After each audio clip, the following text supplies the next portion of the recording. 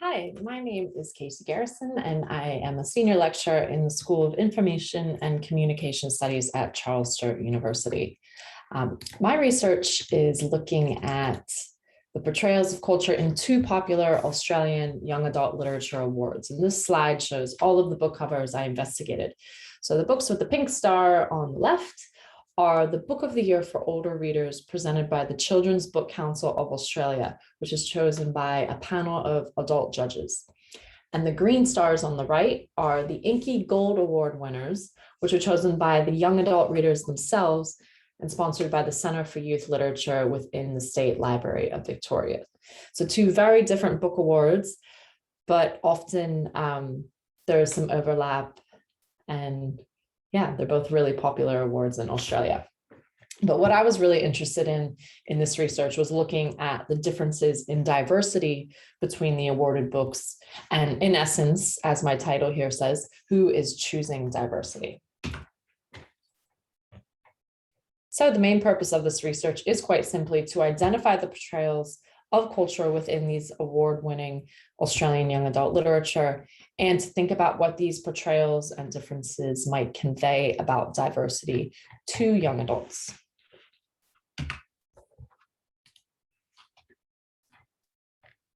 So the methodology used in this study replicates a method that my US colleagues Sue Kimmel and Daniel Forrest Hartsfield developed to study the depictions of culture within the Mildred L. Batchelder Award, which is given by the American Library Association, and actually presented that research at the IBI conference in 2012. So my sample here includes the 22 winners for the Inkies and the CBCA's Book of the Year older readers since the Inky started in 2007 up until 2017, as I did the research in 2018. Now, the CBCAs have been around since the 40s, so they're a much more established book award.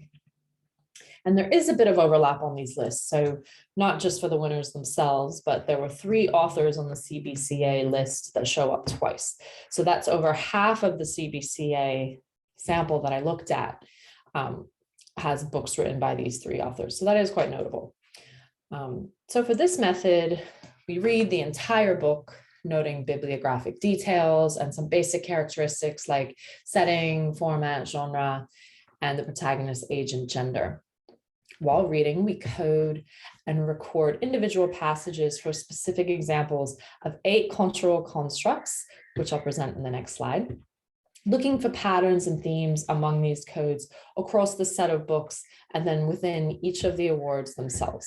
So it's a lot of reading and rereading and thinking, because these instances might not be obvious, and the lens that I bring as a reader from my own cultural backgrounds is obviously a really important consideration as well. So looking at those 8 cultural constructs. So I'm interested in social and cultural issues and the way that these constructs are visible or not visible, and also how they are presented in these books. So we're looking for mentions of ability, which previous research has shown relates to visible and invisible markers. So physical and mental ability. So we coded for mental health issues within that constructability as well. Language and instances where language is specifically noted in a cultural context. So as being marginalized or perhaps denoting privilege. Immigration issues and asylum seeking are grouped together here as issues facing refugees and asylum seekers coming to Australia are often come up in Australian young adult literature, which mirrors issues in the political and social climate of Australia today. Other constructs included religion, gender, sexual orientation, class as related to socioeconomic status, and race, ethnicity, nationality were grouped together in this because we found in our research that these labels get mixed up a bit as borders change and people move. Further, another theme I specifically watched out for in terms of race, ethnicity, and nationality are mentions of Indigenous Australians or issues affecting Indigenous Australians, because again, those are really critical issues in Australia, and youth need authentic exposure to these. So that Indigenous construct became its own separate category. Okay, So this slide shows the total frequency of passages coded and within how many books for each of the 9 cultural constructs.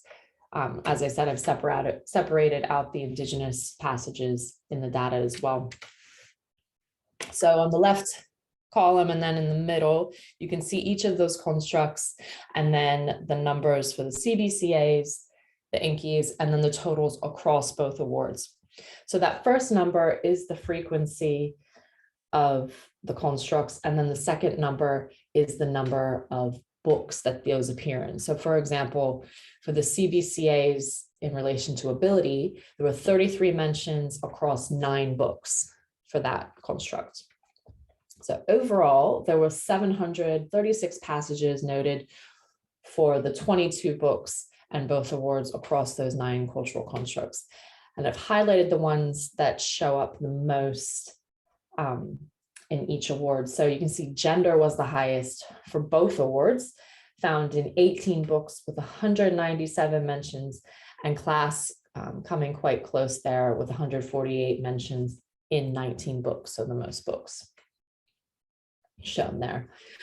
Indigenous issues were found the very least here in terms of passages, just 19 passages across the 2 books, and quite even with the INCIs and the CBCAs here, and then just found in 5 books.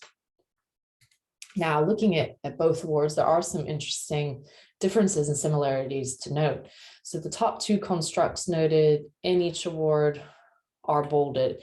So the CBCA is listed first. We can see gender and class. And then for the INCIs, gender and ability. So again, gender reigns supreme in this group, almost the same for both awards at 97 mentions for the INCIs, 100 mentions for the CBCAs. And again, class was more present in the CBCAs while ability was more present in the INCIs. And I'm going to talk about each of these next. The next slide. Actually, first I'm going to talk about specific books with the most constructs, because that's pretty interesting as well. So Cloud Wish, which was the 2016 CBCA winner, had the most passages noted, so 93 passages total, and were mostly made up of class, then immigration, and race, ethnicity, nationality. And Cloud Wish was also on the INCI shortlist that year, but not included within, I didn't include the shortlist within my research here, just looked at the winners.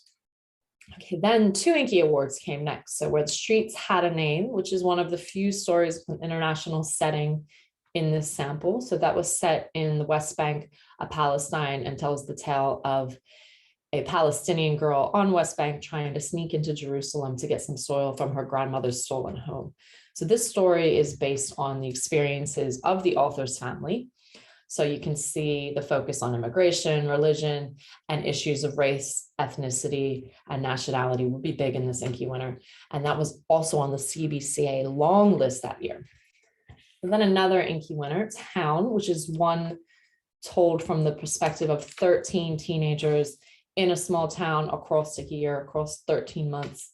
And that deals with a variety of issues facing teens as related to class, gender, and then again, that race, ethnicity, nationality. Okay, so now getting into the top constructs. So gender was #1 for both awards. And I'd like to note here that there were no transgender characters or mentions of other types of gender identities at all in any of these books. So the focus here is going to be on gender as defined as male and female. So 4 themes came up in this area. First, sexual harassment and the objectification of women. This is big in these books and was treated differently across the sample. So in 3 of the CBCAs, there were situations where boys were catcalling girls and the characters dissected these interactions. 2 of the books, Wildlife and Cloud Wish, which were both written by Fiona Wood, had female characters thinking about it and then taking a stand for themselves, while another instance was Sam in One Would Think the Deep by Claire Zorn, where he was trying to fit in with a group of boys who were doing the catcalling themselves, but Sam didn't really know what to do to speak up for his friend, who was a girl that they were catcalling, or to stick with the boys.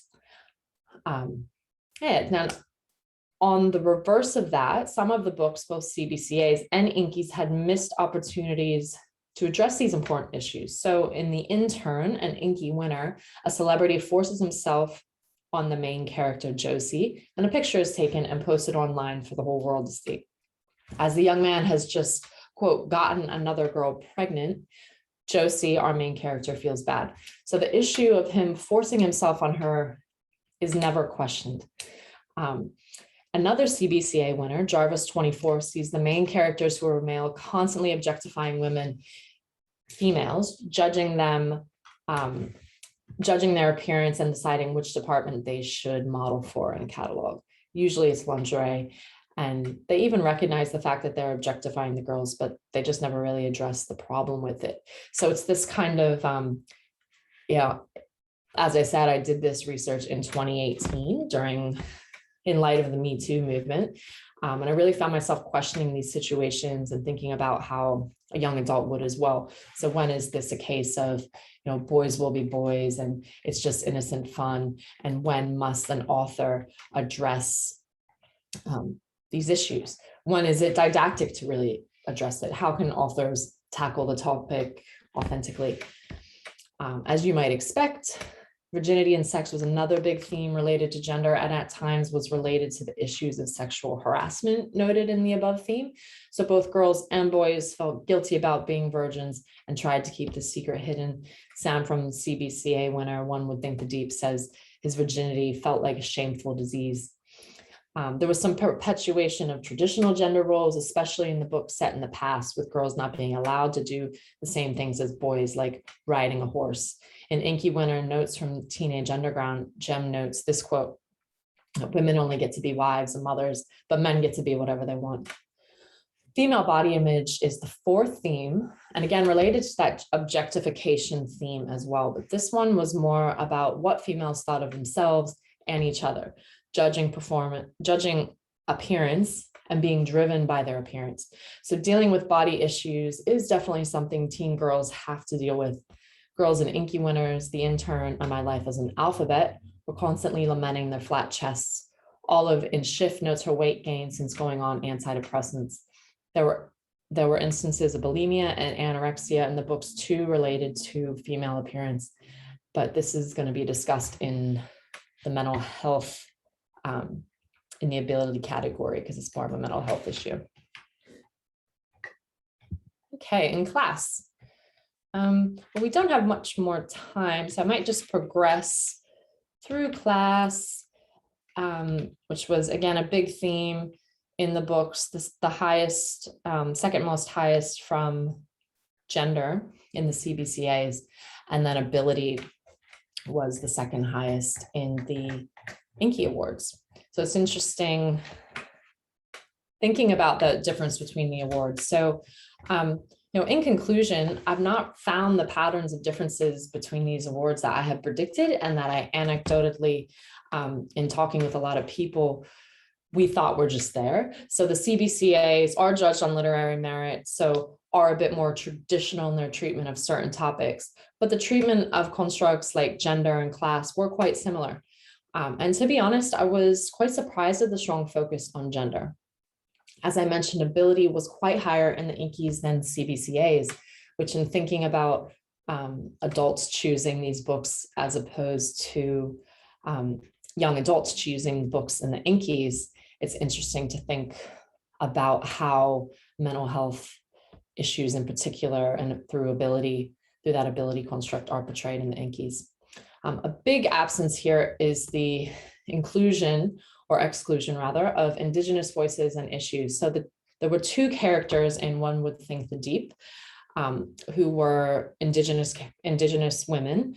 However, as the author presents the sub-storyline of an adopted girl seeking out her Indigenous family in the acknowledgements, she notes she did do research at the Wollongong Indigenous Center at the University of Wollongong to sort this out. But again, these are the only two characters throughout this whole sample.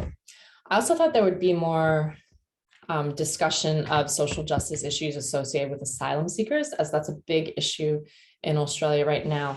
And previous research has shown that this is written about in young adult literature in Australia a lot, but it just wasn't a big theme in the winners. Also, something else I think I need to examine a bit more here is the interaction among constructs. Is often one passage contain multiple markers, and I think it would be important to understand those interactions a bit better and what they might mean. As I noted with the class construct, other markers often engage with class, but I think the interactions go even deeper. So I would need to check that out and look a bit more at the intersectionality of these constructs. Thank you very much.